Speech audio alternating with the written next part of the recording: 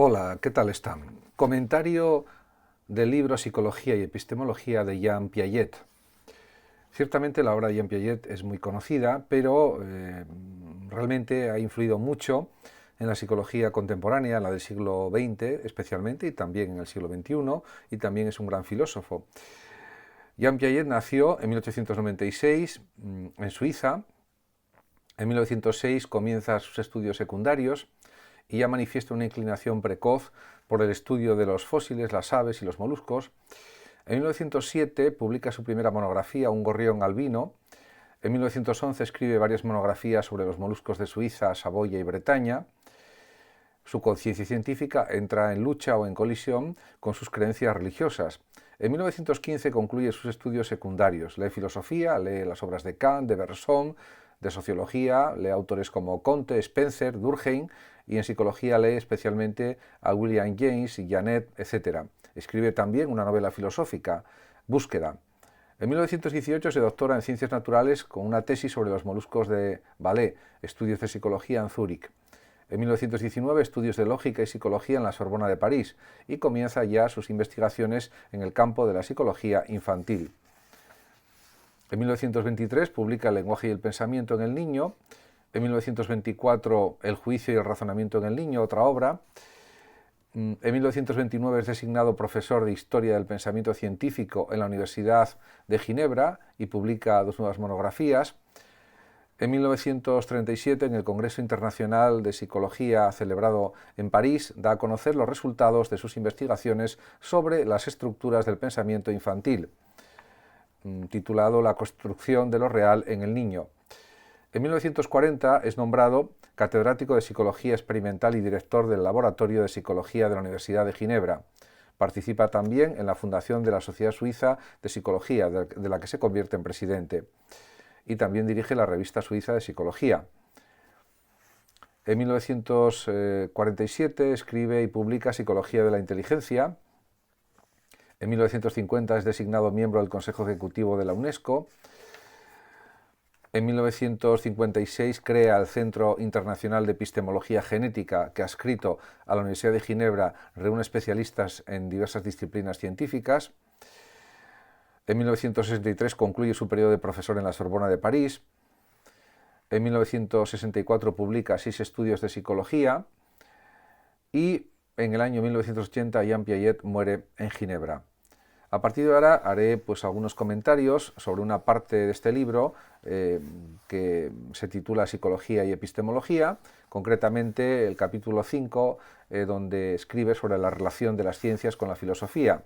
Y me voy a centrar especialmente, por ejemplo, en el conocimiento científico y el conocimiento filosófico.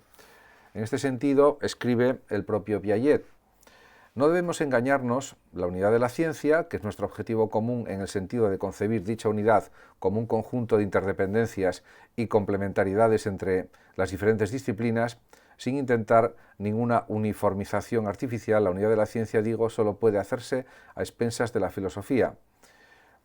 Ciertamente, por supuesto, hay las ciencias duras, que podríamos llamar, y realmente el conocimiento filosófico no es lo igual que el conocimiento químico, físico, matemático, que parten sobre todo en química, en biología, etcétera, del método experimental. En ese sentido, la filosofía es una ciencia social, una ciencia humana, aunque es verdad que también tiene una parte de ciencia formal, como es la lógica matemática, la lógica, por ejemplo, formal, la lógica de enunciados y proposiciones, la lógica de predicados, etc. De todas maneras, también él insiste en otra cuestión importante y dice: la ciencia implica la intervención del espíritu, o sea, de la mente, podríamos decir, o al menos la actividad del sujeto pensante. Tal es lo que nuestros colegas Baire y Gonset nos han demostrado en el terreno de las matemáticas. Por lo tanto, hay una interacción entre la inteligencia matemática y la filosófica. De hecho, realmente los primeros grandes filósofos eran a la vez matemáticos y viceversa. Los primeros matemáticos, como Pitágoras, Tales de Mileto, También, pues no hay que olvidar que en la escuela de Platón, en la academia, ponía una inscripción que decía: nadie entre aquí que no sepa matemáticas. Por tanto, la trascendencia de la matemática en el ámbito del conocimiento pues es muy clara. Y por otra parte, el mismo Platón y Aristóteles insistían en que el conocimiento riguroso es el conocimiento científico y que la filosofía también era una ciencia, en ese sentido de que era también rigurosa y precisa. Por otra parte, también hay que reconocer, como dice el propio Jean Piaget, y así lo dice: todas las ciencias se han disociado de la filosofía, desde las matemáticas en tiempo de los griegos hasta la psicología experimental a finales del siglo XIX. Pero esto no implica pues una oposición entre ciencia y filosofía, sino más bien una colaboración. De hecho, sigue diciendo: así pues, si se persigue sinceramente como fin la unidad de la ciencia, es necesario prolongar este proceso con todas sus consecuencias lógicas. Pero dice también: pero al mismo tiempo es evidente que la filosofía se ha visto regularmente enriquecida por los grandes descubrimientos científicos particulares.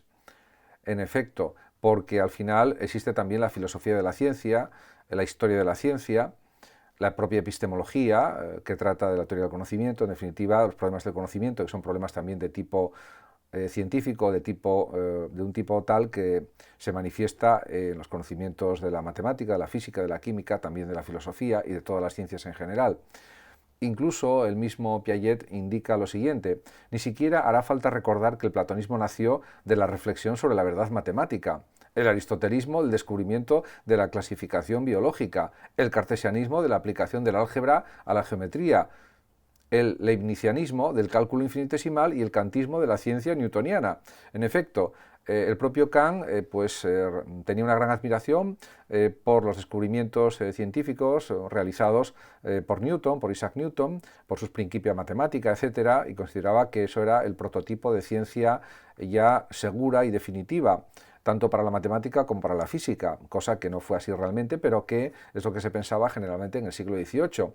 Y en ese sentido, él también pretendía incorporar esa rigurosidad de la ciencia de Newton también al ámbito de la filosofía, y por eso creó el idealismo trascendental, que es una combinación de racionalismo y empirismo.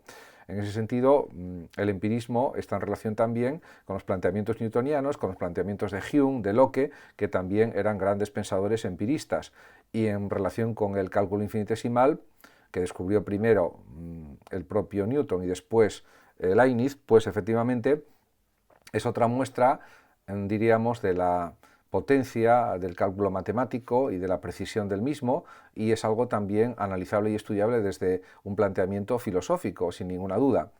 En cuanto a la clasificación biológica de los animales, de los seres vivos, realizada por Aristóteles, pues eso es el prototipo de clasificación científica que luego fue desarrollado bastantes siglos más adelante por Linneo y por otros, y también hay que considerar el evolucionismo de Darwin, etc.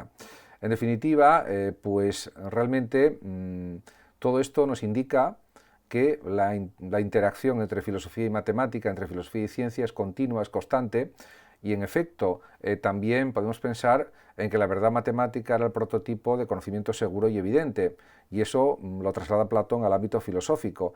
En ese sentido, el conocimiento riguroso y científico tiene que seguir el modelo de la matemática, tanto en filosofía como en otras ciencias. En ese sentido, es algo también muy claro y muy evidente, y no digamos también en el caso de Descartes, con su aplicación del álgebra a la geometría, que eso supone también una integración de la matemática con la filosofía. Por tanto, realmente todo esto hay que considerarlo y valorarlo de una manera esencial. En cualquier caso, también es verdad que el propio Piaget, analizando cómo está el conocimiento en su época, estamos hablando del siglo XX, también insiste en otras cuestiones. Por ejemplo, dice: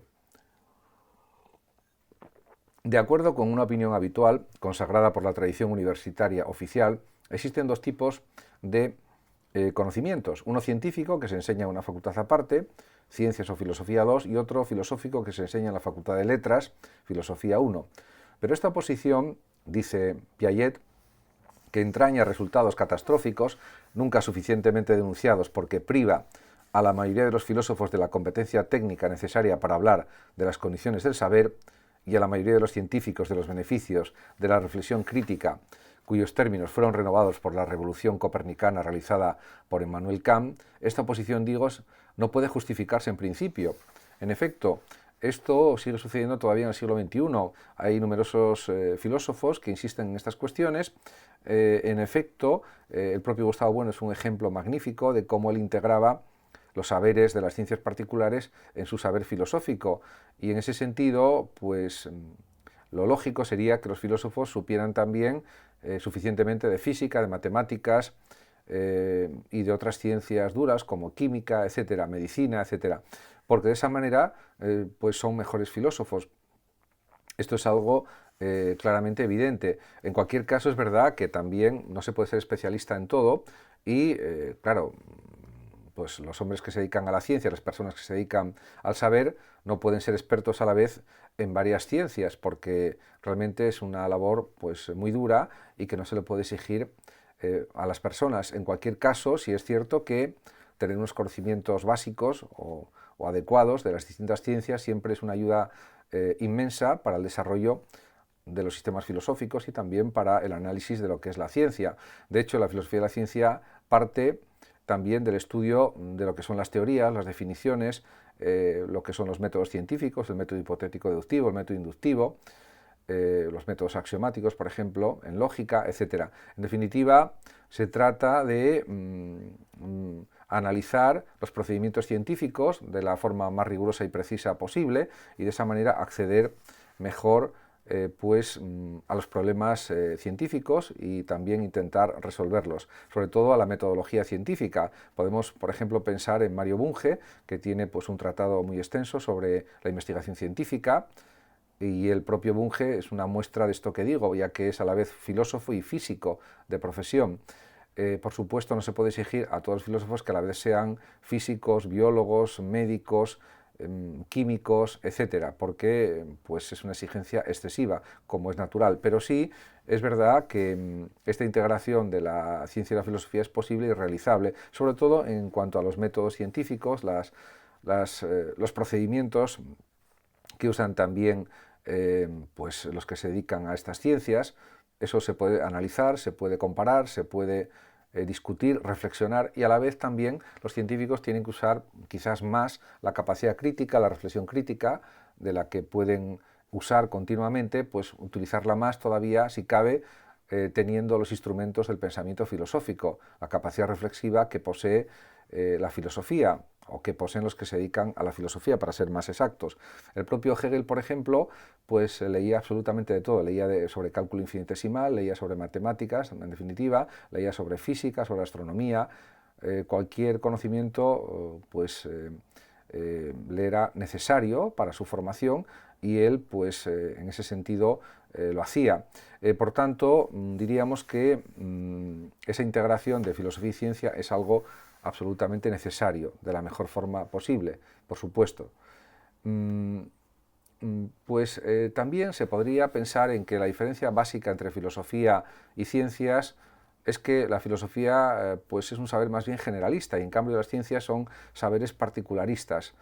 Por supuesto, hay una especialización en filosofía con una jerga filosófica característica, o varias jergas filosóficas características en función de los sistemas filosóficos que se estén utilizando, y también es verdad que existe una jerga de la química, una jerga o argot de la biología, de la medicina, etc. De hecho, el propio Piaget dice en relación con todas estas cuestiones: en resumidas cuentas, no veo más que un criterio distintivo entre las ciencias y la filosofía. Aquellas se ocuparían de problemas particulares, mientras que ésta apuntaría al conocimiento total. Pero entonces surge inmediatamente la cuestión central de las relaciones entre las ciencias y la filosofía. ¿Existe una técnica objetiva, es decir, válida para todos, de conocimiento total? Es evidente, desde luego, que no existe ninguna capaz de vincular todos los espíritus. El conocimiento total es en la actualidad, y tal vez para siempre, asunto de síntesis provisional y de síntesis en parte subjetiva, porque de hecho está dominado por los juicios de valor no universalizables, sino especiales para determinadas colectividades o incluso para determinados individuos. En definitiva, podemos decir que ese conocimiento total está en progreso, está en marcha, por lo tanto no se puede alcanzar de una manera absoluta en ningún momento del tiempo. Lo que sí es cierto es que el crecimiento del conocimiento es continuo y los conocimientos van aumentando de una manera progresiva y yo diría que actualmente muy acelerada por medio de la inteligencia artificial y por medio también de Internet. Y en ese sentido es verdad que el propio Piaget no conoció la época de Internet, con lo cual si estuviera vivo actualmente se daría cuenta también de este avance formidable de la cantidad de conocimientos que tenemos a nuestra disposición. Por lo tanto, el conocimiento total nunca es posible. De hecho, los grandes polímatas como Leibniz y otros que vieron en el siglo XVII y principios del XVIII, hoy no sería posible que existieran de esa forma, porque el conocimiento existente es realmente increíblemente extenso y variado. Y no hay ninguna mente, por muy genial que sea, que pueda abarcar toda esa cantidad de conocimiento, que además está creciendo exponencialmente. Por tanto, en ese sentido, esta es la realidad de las cosas actualmente. Muchas gracias a todos por su atención, saludos como siempre a los oyentes de Radio Sofando de México y hasta mi próximo vídeo. Hasta siempre.